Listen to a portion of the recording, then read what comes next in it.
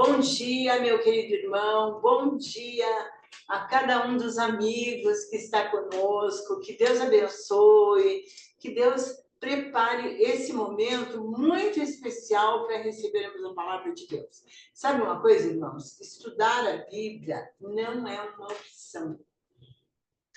É uma necessidade, deve ser uma coisa essencial, porque é o único livro que nos dá a oportunidade da gente crescer espiritualmente, ter paciência, sabe? Ter algumas virtudes que não são encontradas em qualquer lugar, não é mesmo?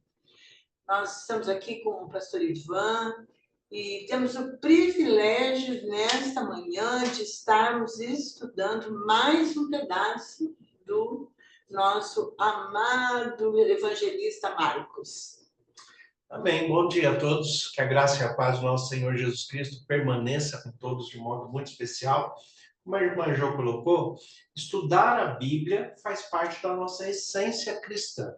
Muitas pessoas questionam a respeito da espiritualidade, da autoridade divina da Bíblia. Nós temos a Bíblia como a expressão da palavra e do caráter de Deus. Agora as pessoas falam assim: mas como você pode ter certeza disso? A questão é, tudo que está escrito na Bíblia, se for colocado em prática, sempre traz um resultado positivo para aquele que está praticando. Agora me diga, quantos livros você pode pegar e colocar em prática e ele dar o resultado que se propõe de maneira benéfica em tudo que ele orienta? Se não for por Deus, isso não aconteceria. Então, a autoridade divina que nós temos na Bíblia é exatamente porque, quando nós colocamos em prática, nós vemos os resultados de Deus. Agora, quanto ao estudar, ao ler, ao praticar, é uma decisão pessoal. Só que é uma decisão muito benéfica. Por quê? Porque nós temos, como a irmã já colocou aqui, é o nosso alimento espiritual. Assim como nós temos o nosso alimento físico e necessário para a nossa sobrevivência, também a Bíblia nos alimenta de maneira espiritual, trazendo paz, trazendo ânimo, reestruturando a nossa perspectiva de vida, nos dando esperança, nos dando capacitação para superar as adversidades do dia a dia. Então, como diz o apóstolo Paulo em 1 Timóteo 3,16, toda a escritura é inspirada por Deus e apta para o ensino, para a educação, para a repreensão. Então, a Bíblia, ela nos ensina a viver da melhor maneira possível. Então, mesmo, eu falo, mesmo aqueles que têm uma resistência com relação à Bíblia, nesse sentido da autoridade divina, leia a Bíblia, coloque em prática os seus ensinos e observe o resultado na sua vida. E você vai perceber que Deus vai agir de um modo muito especial e favorável naquilo que você precisa. Dá um crescimento na pessoa, Não tem livro. Eu ganhei, quando eu fiz o colegial, eles fizeram uma avaliação lá na cidade que eu estudava, de quem que era o melhor aluno da escola, o melhor colega. E eles me deram de presente os Lusíadas de Camões, que é um livro... Excelente, uma leitura excelente. Cansativa, por causa da época. Cansativo, grande, mas muito bom. Então, que livro? Aquele livro lá, eu li alguns pedaços, mas não tinha o interesse que a Bíblia traz, Porque ele não é prático.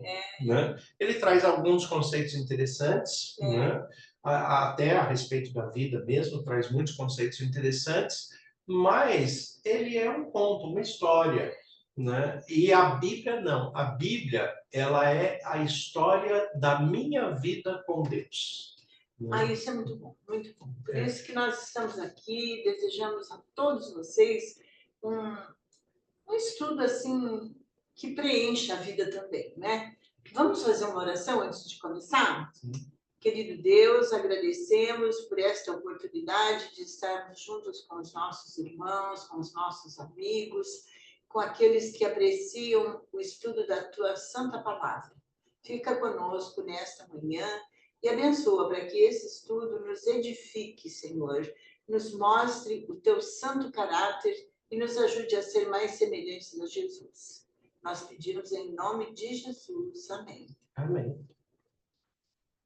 Muito bem, estamos quase concluindo, né, o livro de Marcos, né? Hoje vamos estudar o capítulo 14 de Marcos, ele tem 16 capítulos, então é assim, deu uma desacelerada, né? Nesse final aqui vai ter a lição 11, 12, 13 nesses três capítulos, né? E essa Até porque são os capítulos que têm mais conteúdo, né? No sentido da esperança em Cristo Jesus para a vida eterna, né? Então, ele muda um pouquinho o seu direcionamento, porque até então se fala muito das ações de Jesus durante a vida, né? Os milagres, o cuidado de Jesus com as pessoas, a expressão do amor, né? Então, fala-se muito da vida de Jesus até aqui. Agora, daqui para frente, já começa um tom de despedida, mas a manutenção da esperança, porque Jesus ele vai tratar da questão da necessidade da sua morte, mas, acima de tudo, da ressurreição e da vida eterna. Então, porque as pessoas, mesmo os discípulos de Jesus, tinham dificuldade de entender a ressurreição, né? Muita dificuldade, né? Porque, primeiro, porque dentro da expressão judaica, quando nós falamos, usando esse termo, estamos falando de todas as nações da época ali, a compreensão da ressurreição já era diferente. A compreensão da ressurreição, ela era da maneira que Jesus mesmo fez e que os profetas fizeram antes de Jesus. Era a mesma expressão que Abraão, o texto de Hebreus, por exemplo, quando fala que Abraão já cria na ressurreição, a ressurreição que Abraão crê não é a mesma ressurreição que nós cremos, né? A ressurreição que Abraão crê é aquela ressurreição imediata, assim como Jesus fez com Lázaro. Ele morreu, no quarto dia Jesus foi lá e ressuscitou, né? As outras ressurreições que nós temos na Bíblia são da mesma maneira. A pessoa morreu, depois foram lá, né? Um profeta ou o próprio Jesus foi lá e ressuscitou. Então, é nesse tipo de ressurreição que eles acreditam. Tanto que Abraão, né, quando tem o sacrifício ali de Isaac, né, ele fala para os servos dele, ó, aguardem aqui que nós vamos até o lugar de sacrifício e voltaremos.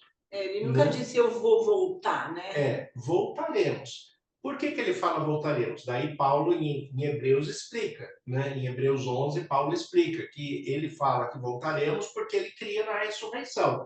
Mas ele fala voltaremos crendo na ressurreição, por quê? Porque na cabeça dele, ele iria matar o filho, né, em sacrifício a Deus, ele ia entregar o filho, mas depois que ele tivesse cumprido a missão, né, Deus iria ressuscitar o filho e os dois iam voltar, né? Então, é diferente desta perspectiva que nós temos hoje da ressurreição para a vida eterna, a ressurreição num corpo glorificado, a ressurreição num corpo onde não haverá mais morte, nem pranto, nem dor, né? Então, essa ressurreição era a dificuldade dos discípulos compreenderem. Por quê? Porque ninguém nunca tinha visto isso, né? Nunca tinha experienciado. Essa ressurreição, ela começou visivelmente em Jesus. Em Jesus, né? Então, até a descida do Espírito Santo, em Atos, né, os próprios discípulos não compreendiam isso muito bem.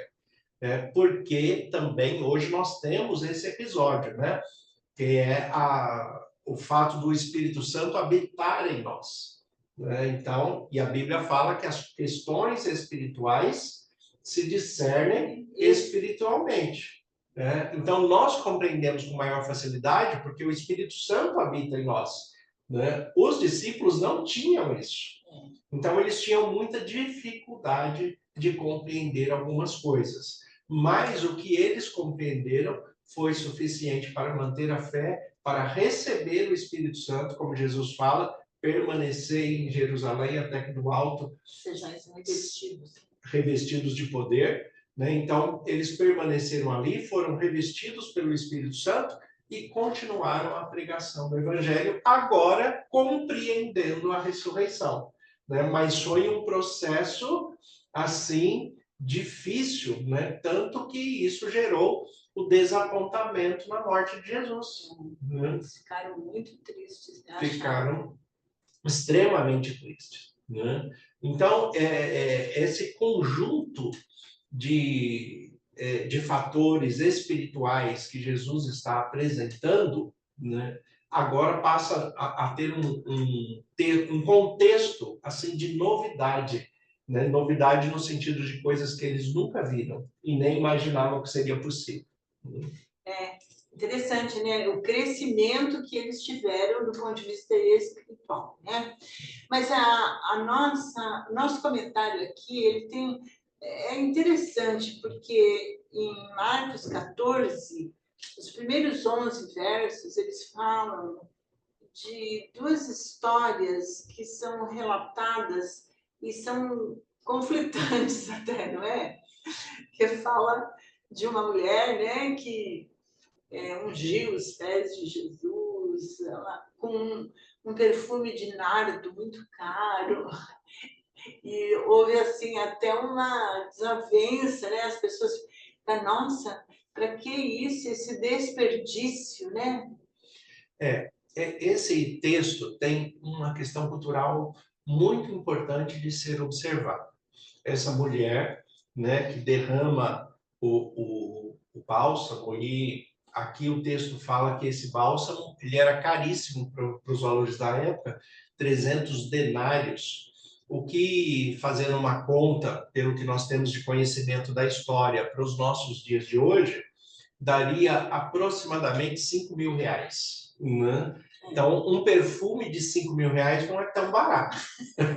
Nem para nós hoje, né? Nem para nós hoje. E esta mulher derrama aos pés de Jesus e ela faz algo muito interessante. Ela enxuga, né, com os seus cabelos. Né? Ela enxuga com os seus cabelos. O que significa isso? Quando nós olhamos na cultura, nós vemos, por exemplo, a história de Ruth e Noemi. Né? Quando Noemi orienta a Ruth a fazer um compromisso com Boaz para que ele possa pedi-la em noivado, para que ele possa assumi-la como mulher. Né? O que Noemi orienta para Ruth? Que ela vá até onde Boaz está, deita nos pés dele, deita nos pés dele e cubra os pés dele com os cabelos. Por quê? Porque isto, na cultura hebraica, é uma representação de compromisso de entrega, de compromisso de noivado. Então, essa mulher que é pecadora, se coloca aos pés de Jesus, derrama um perfume sobre ele e depois coloca o cabelo em cima, né? Ela está assumindo um compromisso de noivado com Jesus. Essa mulher, por incrível que pareça, ela representa muito nós como igreja de Cristo, a noiva de Cristo. Não é? O pecador que assumiu um compromisso, fez uma aliança com Cristo, né? E através dessa aliança, uma entrega total. E a expressão dessa entrega total é entregar um perfume tão caro. Então, porque o que é caro, os discípulos acharam que podia o perfume ser vendido e dar alguma coisa para os pobres. Na verdade, não foram os discípulos, foi né? Foi um só, foi um só que tinha um probleminha com dinheiro, né? Que era Judas. Mas eu gosto muito da resposta de Jesus para Judas, porque quando Judas fala, nossa, um perfume tão caro, que desperdício que é esse?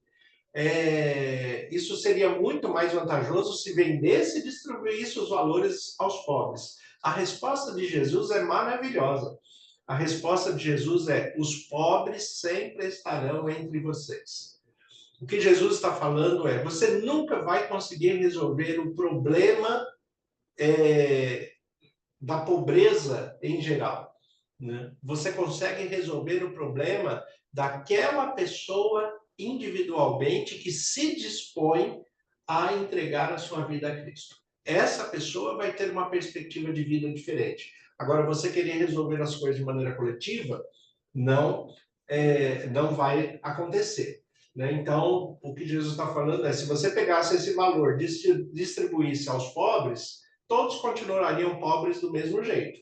Mas o que esta mulher está tratando é algo que vai muito além do valor, né? Do valor financeiro daquele perfume. Ela está tratando da entrega, do compromisso que ela está assumindo, de receber Jesus como Senhor. E quando nós fazemos isso, aí sim, né, não tem valor humano que possa corresponder, né, a isso diante de Jesus. É tipo assim, a entrega é total e a gratidão é muito forte. Exatamente. A gratidão, por quê? Porque não há mérito. Né? Eu faço porque Jesus fez primeiro para mim. Ele fez primeiro, e quando ele fez, eu não merecia.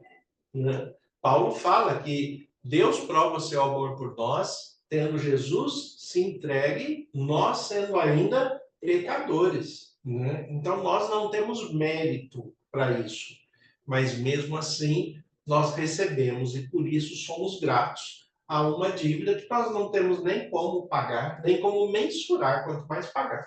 É uma dívida impagável, né? Impagável. Mas é muito bom estudar esse tema, porque ele acrescenta para nós e nos dá uma perspectiva de como que nós temos que reagir diante do amor de Deus. Sim. Agora, diante disso, eu gosto muito desse texto de Marcos 14:36, que é o texto que ele fala assim, Jesus falando, né?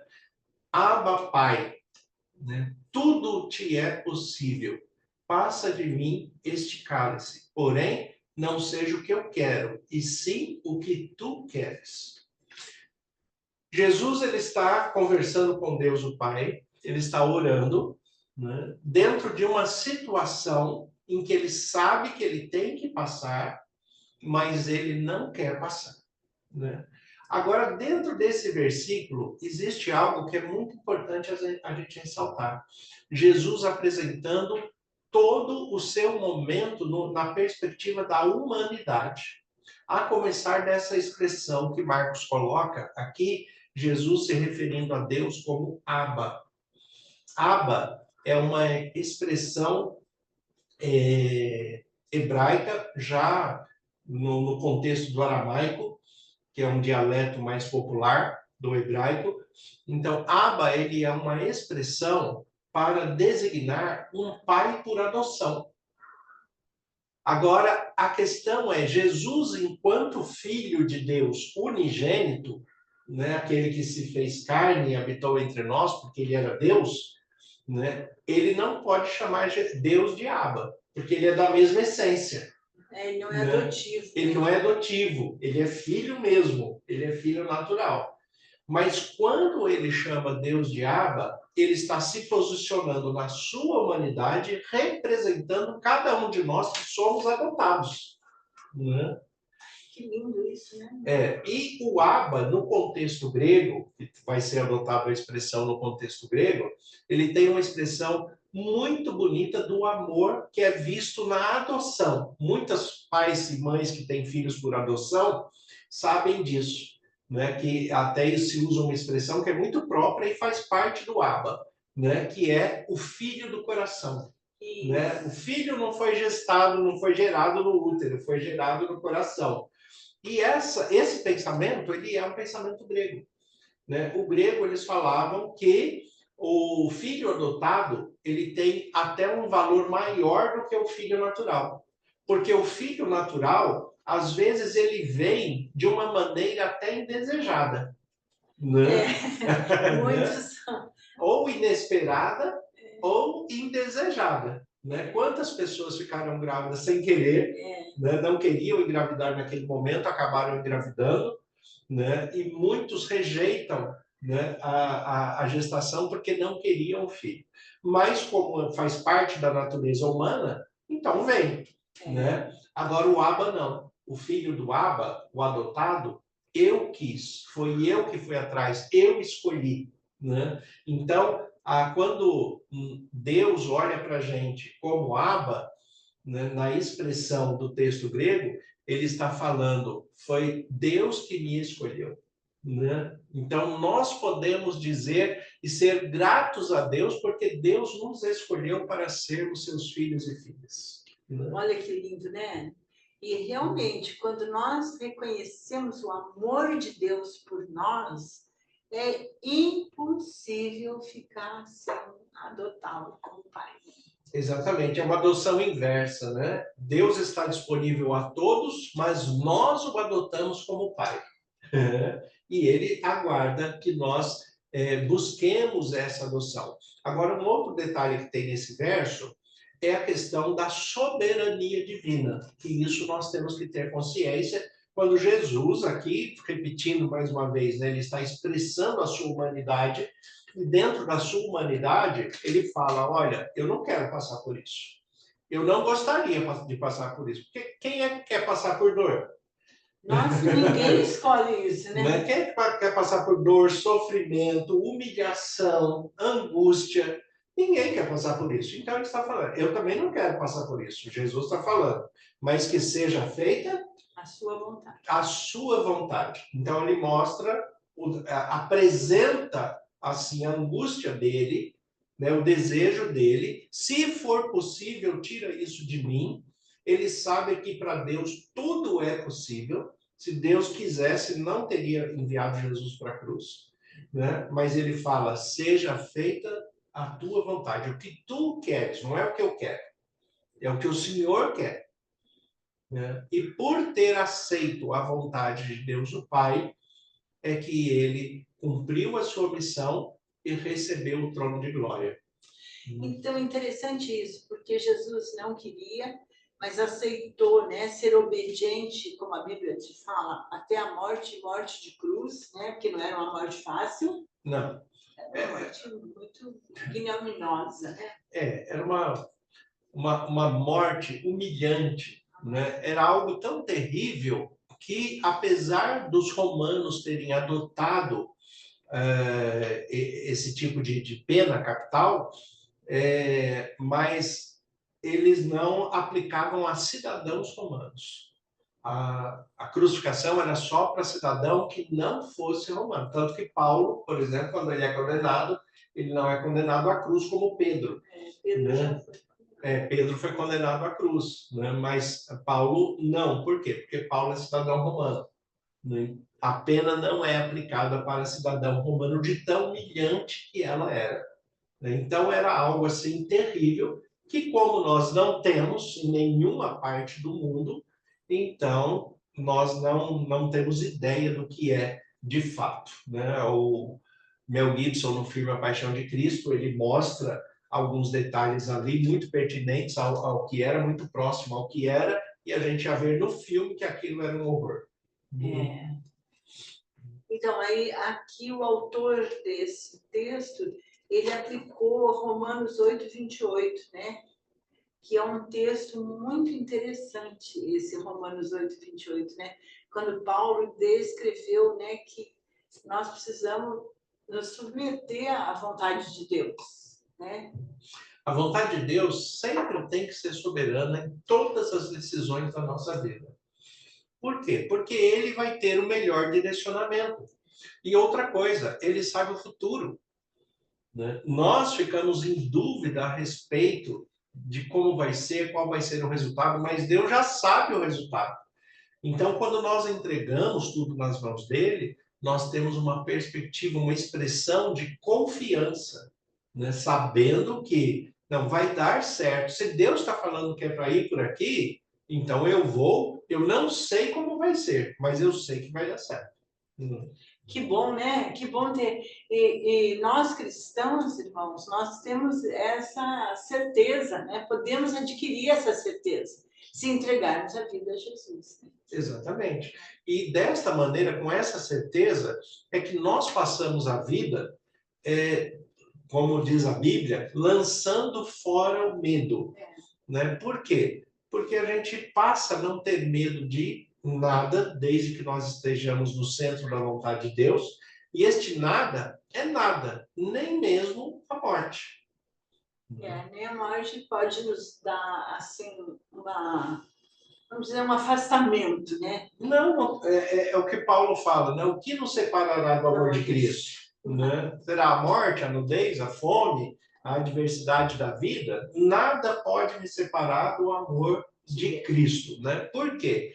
Porque imagine o seguinte, se você soubesse o dia da sua morte, se você soubesse, assim, com antecedência, que você iria morrer nesse ano, que você ia morrer nessa semana e que você ia morrer amanhã, qual que seria a sua reação? Nossa, muitas pessoas ficam apavoradas, outras agradecidas. Tem pessoas, por exemplo, que entram em pânico quando o médico dá uma constatação para ela de uma doença terminal e fala para ela assim, olha, você tem 3 meses de vida. Como que é a vida da pessoa nesses 3 meses? Jesus, ele sabia exatamente como que ia acontecer, o momento que ia acontecer. E sabe o que ele faz? O que é mais interessante? Ele faz um culto íntimo, que é a Páscoa, né? Ele faz um culto íntimo, reúne todos os seus discípulos, né? Uma festa em família, aquela cena do quadro da Vinci, da Última Ceia, né? É bonito, mas tinha muito mais gente ali, porque ali é uma questão familiar. Então, ali tinha a esposa dos discípulos que eram casados, os filhos, né? Tinha mais gente ali, não eram só eles, né? Agora, a questão é que Jesus ali no meio, Jesus ele transforma aquele ambiente num misto de sentimentos que é muito difícil de administrar. Primeiro, Jesus no meio do jantar ele fala assim, ó, tem um no nosso meio que é um traidor. Já pensou que sufoco, hein? Sou eu, Senhor. Só por acaso sou eu? Então, imagina o clima que ficou esse jantar. E depois que ele fala isso, ele fala, olha, gente, não se preocupe, porque hoje eu vou ser preso, né? E vou ser morto. Então, Jesus já sabia tudo o que ia acontecer com ele sabia que ele ia ser preso, ele sabia que ele ia ser crucificado, né? Ele sabia de tudo. Mas o que é mais interessante é que quando ele acaba esse jantar, que é a Páscoa, né? E que a gente chama de última ceia, e na verdade não é a última, é a primeira. Né? Que ele faz com as famílias. Mas é a primeira ceia, porque até então só se comemorava a Páscoa, a ceia não existia. Ele que instaurou, né? Ele que instaurou a ceia nesse momento. Né? Então, na verdade, é a última Páscoa e é a primeira ceia. Né? É a primeira ceia. Então, Jesus ele instaura a ceia e daí ele fala algo que é a expressão máxima de comunhão com a igreja. Ele pega o pão e fala, este é o meu corpo partido por vós. E pega o suco de uva e fala, este é o meu sangue que é derramado por vós. Né? Então ele declara que ele vai se esvaziar, ele vai ser moído, né? Seu sangue vai verter totalmente do seu corpo, né? Para ser distribuído de forma que nós possamos ter comunhão com ele. Né? Olha que coisa. E nós possamos fazer parte desse corpo, né? A realidade da cruz é alguma coisa assim que comove a gente. Quando a gente para pensar no que foi cada detalhe, né? É por isso que a expressão da ceia, né, muitas vezes, às vezes eu fico triste de observar algumas coisas, né? Primeiro, a crítica com relação à ceia nas denominações diferentes, porque uma faz de um jeito, outra faz de outro jeito, uma dá um nome, outro dá outro nome. O católico chama de Eucaristia, os protestantes chamam de ceia do Senhor, né? Os evangélicos chamam de Santa Ceia. Mas a grande questão é que às vezes as pessoas ficam discutindo por bobagens, né? E esquece do que aquele símbolo representa. A essência. A essência da ceia, da participação da ceia, é eu ter participação no corpo de Cristo e ter a remissão dos meus pecados no sangue de Cristo. É isso que importa. Cristo morreu na cruz para a remissão dos meus pecados. E ele se partiu para que nós possamos nos unir num corpo só, que é Cristo. Então, não deveríamos ter essas divisões de igreja, né? Tanto que a oração de Jesus em João 17, que é a oração de despedida dele, ele ora para que nós sejamos um. E é por isso que eu sempre falo, independente da denominação, da religião, da expressão de fé, nós, como cristãos, nós não somos concorrentes, nós somos cooperadores. Né? Somos todos cristãos. Então, nós não precisamos falar mal da igreja A, B ou C, até porque isso não é evangelho.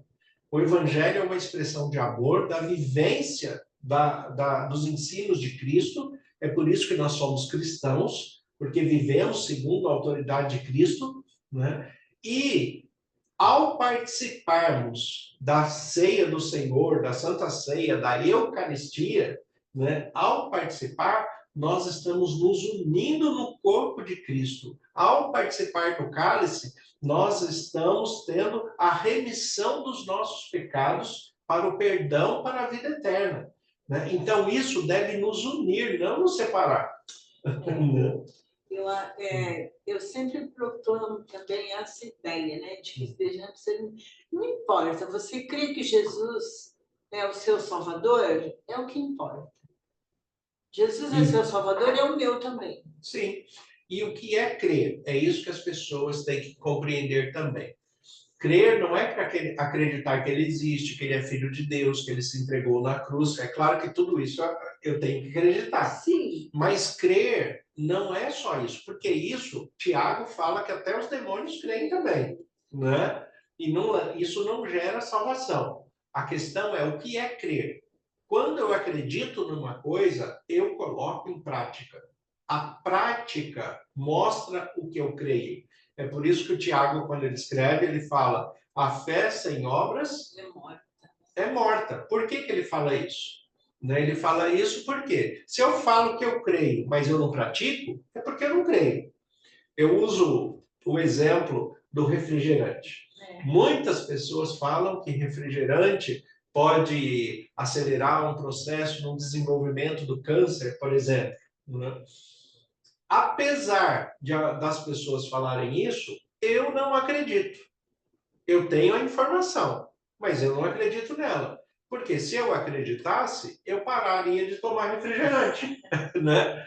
Não seria lógico eu acreditar que uma coisa vai me matar e eu continuar usando. E eu continuar usando. Né? Então, isso não é lógico. Né?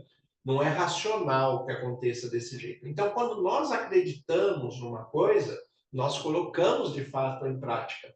Agora, quando nós não colocamos em prática, é porque nós só temos a informação. E eu estou falando isso por quê? Porque tem muita gente que, com relação a Jesus, ele só tem a informação que Jesus é filho de Deus, morreu na cruz, derramou o sangue por ele, né, tem a oportunidade de salvação, da remissão dos pecados, mas, apesar dele ter a informação, ele não é obediente aos ensinos de Jesus Cristo. Então, ele só tem a informação, mas ele não crê de fato. que quem crê de fato, crer é mais do que acreditar. É mais do que acreditar, é colocar em prática. É ser obediente, né? Em outras palavras, né? Assim como Jesus mostra aqui, quando ele fala, ó, seja feita a sua vontade. Jesus colocou a vontade. É interessante porque Jesus no céu, ele não precisava obedecer, né? Ele era junto com Deus. Tanto que a Bíblia fala que Jesus aprendeu obediência. Né? Por quê? Por que ele teve que aprender a obediência? Porque ele está acostumado a mandar. Né? Então, quem está acostumado a mandar tem dificuldade em aprender de obediência. Mas Jesus aprendeu. E nós também temos que aprender. Obedecer a Deus. Né? Porque lembra da tempestade no mar? Meu pai, aquilo é lindo, né? Aquele episódio da tempestade no mar, ali mostra alguma coisa, uma questão da autoridade de Jesus que é muito importante. Que até os discípulos, mesmo que ainda não tinham o Espírito Santo, ficaram assim deslumbrados. Né? Quando Jesus ele vê aquela tempestade e ele fala, acalma-te. Né? Ele só fala isso, acalma-te, né? E o mar fica tranquilo, o vento para, e os discípulos olham um para o outro e falam assim, quem é esse homem que até os ventos e o mar lhe obedecem? Né? Então, isso mostra a autoridade de Jesus e o quanto ele estava acostumado a mandar. Agora, de repente, ele tem que obedecer. Né? Muda de posição, ele tem que obedecer. Né? E é isto que ele nos ensina a partir da sua própria obediência, que nós temos que nos posicionar em obediência também. Nós temos que obedecer. Se ele que era o Filho de Deus, né, o representante de Deus na Terra, ele teve que obedecer. E nós somos pecadores? Então, nós muito mais. Nossa, né? Com certeza. Muito mais, porque ele ainda tinha a opção se ele quisesse fazer diferente. Né? Nós não temos. Né? Jesus, se ele quisesse fazer diferente, o que aconteceria é que ele só salvaria ele mesmo, não salvaria a gente. Né? Mas ele tinha essa opção. Nós não podemos nos salvar. Nós dependemos dele. Né? Então, nós temos que nos colocar debaixo da autoridade de Deus para que nós tenhamos vida, e a vida como ele mesmo propõe em João 10:10. Né? Eu vim para que tenham vida e a tenham em abundância, que você tenha vida plena. Esse é o propósito de Deus. Agora, Jesus, ele vai se submeter. E vale a pena vocês darem uma olhadinha na oração de Jesus, né? Quando Jesus está no Getsemane, ali, este momento de comunhão, esse momento de integridade dele junto com o Pai, é um momento que vale a pena você pegar na Bíblia. Você pode pegar em Marcos, ali, capítulo 14, de 32 a 42, e você vai ter essa história ali, né, com um complemento de João 17 também, que fala da sua oração.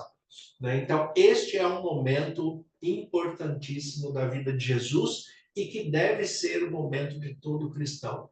Né? Quantas vezes você se retira para ter um momento de comunhão pessoal com Deus? Até tem algumas pesquisas, né, nesse sentido de oração. E eu ouvi uma vez uma pesquisa que aqueles cristãos que oram muito, diz que oram 12 minutos por dia, mas é muito pouco, né? Sim. Tem pessoas que se dedicam um pouco mais à oração, mas o diálogo com Deus, a oração é um diálogo. E o diálogo, assim como acontece com todas as pessoas, acontece também com Deus. Quando você tem o hábito de se encontrar com alguém, você tem um desenvolvimento de um diálogo que é natural. Você conversa de uma maneira natural, você nem vê o tempo passar. Quando vê, já foi. Né? Agora, quando você se afasta da pessoa, depois de algum tempo você se encontra, você já tem mais dificuldade de diálogo. Porque não tem assim a intimidade. Não tem intimidade, não tem tanta afinidade. Às vezes você até pensa, fala, nossa, eu tô com saudade falando que eu não vejo faz tempo. Quando eu encontrar com ele, eu tenho um monte de coisa para contar. Quando você encontra, não conta nada. Porque às vezes a outra pessoa também se afastou e ela não tem, assim, como iniciar o diálogo, né? Sim, então a oração com Deus é assim também. Se você se afasta da pessoa de Deus, não dedica tempo para oração, né, vai chegar uma hora que você não vê mais nada para falar com ele. Agora, à medida que você se aproxima de Deus e começa a abrir esse diálogo com ele, quanto mais você fala, mais você quer passar tempo diante de Deus. Daí sim, você vai fazer oração. Você começa a fazer uma oração de 3 minutos. Né? Depois esse diálogo vai aumentando, as orações vão ficando 10 minutos, 15, meia hora, uma hora. Né? Aí você consegue ter um diálogo maior com Deus, porque ele se tornou seu amigo, seu companheiro, aquele que caminha com você. E é esse o propósito. Né? Jesus, ele tinha... a Bíblia tem relatos que às vezes Jesus passou uma noite inteira orando. Então, e nós, às vezes, demoramos... Meia hora já é muito, né? Meia hora já é muito, já incomoda, né? Então, às vezes, de vez em quando eu faço um teste com algumas pessoas, eu coloco uma música para tocar e falo, enquanto esta música toca, fique em oração. Né? Uma música tem, em média, 3 minutos e meio, 4 minutos. Né? É o tempo de uma música. Uma grande parte das pessoas não consegue ficar esse tempo em oração. Ele termina a oração antes da música. E depois fica esperando a música acabar. Fica sentado olhando. Fica sentado olhando, esperando a música acabar. A pessoa não consegue orar 4 minutos. Né? Isso significa o quê? Que ele não tem o hábito de desenvolver intimidade com Deus. Né? E é isto que nós temos que lutar contra. A gente tem que nos aproximarmos de Deus, sabendo que Ele está ali sempre pronto a nos ouvir e a nos orientar. Então, a oração de Jesus foi, se possível, passa de mim este cálice, né? Passa de mim esse sofrimento. Sim. E a resposta de Deus é interessante, né? Porque para o filho dele ele disse não, Sim. Eu não quero. Porque existe o propósito maior. Exatamente, o objetivo de Deus. Porque a questão é, se for só para você, eu posso dar um jeito. Mas não é só para você. É que os outros dependem da sua atitude também. Né? E nós também temos que compreender isso. Né? Que Deus, dentro de uma estrutura familiar, por exemplo, Deus muitas vezes fala não para um, porque se ele falasse sim, iria prejudicar os outros da família. Né? Então, até se fosse só para ele, não teria problema. Agora, se o benefício de um prejudica os outros, Deus não vai fazer. Então, quando nós pensamos nisso, nós temos que pensar que nós não podemos ser egoístas, egocêntricos nas nossas orações. Né? Quando nós pedimos alguma coisa para nós, nós temos que ver se o nosso pedido não está prejudicando a outros também. Né? Porque já pensou o dono de uma funerária, por exemplo? O dono de uma funerária vai orar para Deus e fala assim, Deus, eu preciso aumentar os meus lucros nesse mês. Né? O senhor não pode dar uma força? Então, vai matar quantos? Né? O que Deus vai fazer? Né? Como é que ele vai responder essa oração? Será que o dono da funerária ele vai orar assim, Deus, será que o senhor não pode fazer um avião cair? Né? Então, Deus não vai prejudicar 200 para beneficiar um. Né? Claro que isso não vai acontecer. Deus vai suprir a necessidade mesmo dessa profissão que é tão complicada. Né? Deus vai suprir? Claro que vai suprir. Mas não desta maneira, não prejudicando outros. Pode ser que ele invente um negócio diferente, invente um negócio para vivos, né? Sim, né? Faça de uma maneira diferente, né? Porque também é um serviço necessário, né? Um serviço social necessário, Deus vai suprir as necessidades, mas Deus nunca vai prejudicar outros, né, para beneficiar um. Então, o nosso estudo aqui, ele continua falando, é interessante, eu gostei desse título, Deixando Tudo para Fugir de Jesus. A gente sempre ouviu na Bíblia que Jesus pediu, deixa tudo para me seguir, né? Uhum. Mas aqui é o contrário, as pessoas deixaram tudo para fugir de Jesus. Quer dizer, na hora da agonia, Jesus ficou sozinho. Ele não teve ninguém para confortá-lo, para ajudá-lo. Até aqueles que ele chamou para orar, dormiram. Né? Eles ficaram cansados. Né? Ficaram cansados. Então, a questão é, a reflexão que tem aí é, no momento de maior angústia, no momento de maior tribulação, o que você vai fazer? Você vai se aproximar de Jesus ou vai se afastar dele? Nos momentos de maiores tribulações, nós temos que nos voltar para Deus, nós temos que buscar a Deus, não fugir dele. É uma lição que ficou, né, dessa questão de Jesus ser abandonado sozinho. Né? Sim. Por quê? O que mostra essa lição? Qual é a essência dessa lição? É mostrar principalmente que existem momentos que não existe mais ninguém que pode me ajudar. Só Deus. É Deus e eu. Tem até uma música linda que fala a respeito disso. Deus e eu. Né? Deus e eu, né? É só Deus e eu. Né? O outro não pode me ajudar, o outro não pode alcançar o que eu estou sentindo na minha alma, no meu, né, na minha intimidade. Né? O outro não pode fazer nada porque ele está limitado também. Não é que ele não quer, é que ele não consegue alcançar por causa da sua limitação humana. Agora, Deus não. Para Deus não há impossíveis, para Ele não há limitação. E existem muitos momentos em nossa vida que serão só Deus e eu. Deus e eu mesmo. Né? Então, hoje nós diríamos assim, ó, vamos deixar tudo para nos unir a Jesus. Né? Exatamente. Esse é a melhor fala, né? A melhor decisão que a gente tem. Deixar tudo para seguir a Jesus. Porque se nós fizermos isso, né, nós estamos no bom caminho. Deus quer, né, sempre o melhor para cada um de nós. Ele conhece as nossas necessidades e aflições. Ele sabe exatamente o que cada um necessita.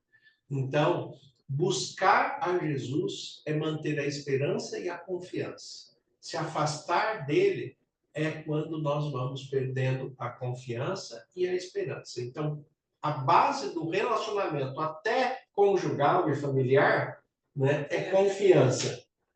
Continue confiando em Deus, porque isto vai valer a pena. Confiar em Deus é o propósito maior da nossa vida cristã.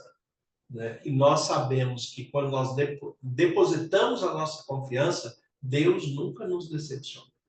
Ele sempre vai estar nos ajudando. Sempre. É muito bonito isso. E eu tenho experimentado isso no meu dia a dia. Deus respondendo a cada detalhe. Esses detalhes que a gente diria assim, desnecessário. Sim. Mas Deus está respondendo. Né? Que bom, né? E aqui, o último comentário que tem é o de Marcos, capítulo 14, versos 60 a 72, quando ele perguntou quem é, né? Quem vocês pensam que eu sou, né? Quem vocês pensam que eu sou? A questão é essa reflexão trazer para nós hoje. Quem você pensa que Jesus é? Quem é Jesus para você? Essa que é a pergunta de Jesus. O que eu sou para você? Porque as pessoas imaginam uma figura de Jesus, cada um imagina de uma maneira. Tem pessoas, por exemplo, nós que temos aqui o programa da rádio, tem pessoas que não conhecem a gente, porque ainda não viram no Facebook, não viram no YouTube, né? Tem pessoas que não sabem como nós somos, só ouvem a nossa voz e imaginam quais sejam as nossas características, né? E quando descobrem que então é você, né? Assim, porque nem sempre vai corresponder O que a pessoa imagina. ao que a pessoa imagina. O que você imagina de Jesus? Quem é Jesus para você? Essa pergunta é muito forte, é uma reflexão muito íntima que só você pode responder. É por isso que Jesus pergunta: quem você pensa que eu sou? Só você pode responder isso, né? Quem é Jesus para a irmã Jô? Então, é o Senhor da minha vida, porque muita gente quer um salvador das dificuldades. Mas se Jesus é salvador, ele tem que ser primeiro o Senhor da sua vida. Ele tem que fazer parte daquilo que você deseja, né? Sim. Jesus, para mim, Jesus, ele é o Senhor que se tornou meu amigo. Né? Uma coisa, amigo é alguém assim que faz parte da intimidade da intimidade, que caminha comigo, né? Que está sempre pronto a me trazer reflexões e orientações que vão me trazer benefícios, né? Que vão ser sempre para o bem, mesmo nos momentos em que eu preciso de correção. Que bom, né? Que bom. Esse estudo foi muito proveitoso, trouxe muitas coisas interessantes para o nosso viver diário. Nós vamos concluindo, então, pastor, faz a oração conosco? Sim, vamos lá. Senhor nosso Deus e Pai, nós te agradecemos pela tua palavra que é viva e eficaz. Te agradecemos pelo sacrifício do teu Filho Jesus, te agradecemos pela ressurreição e por sermos a habitação do Espírito Santo e desta maneira temos acesso direto ao Senhor pela intercessão de Cristo no santuário celestial. Amém. Que o Senhor permaneça conosco, abençoe de um modo muito especial a todos os irmãos e irmãs que nos acompanham, que o Senhor conceda da tua paz, que eles estejam sensíveis à tua voz, que o Senhor permaneça com todos de um modo muito especial, atendendo às suas necessidades e dirigindo pelo teu Espírito Santo, em nome de Jesus. Amém. Amém. Deus abençoe a todos. Tenha uma excelente semana em nome de Jesus. Até a próxima oportunidade.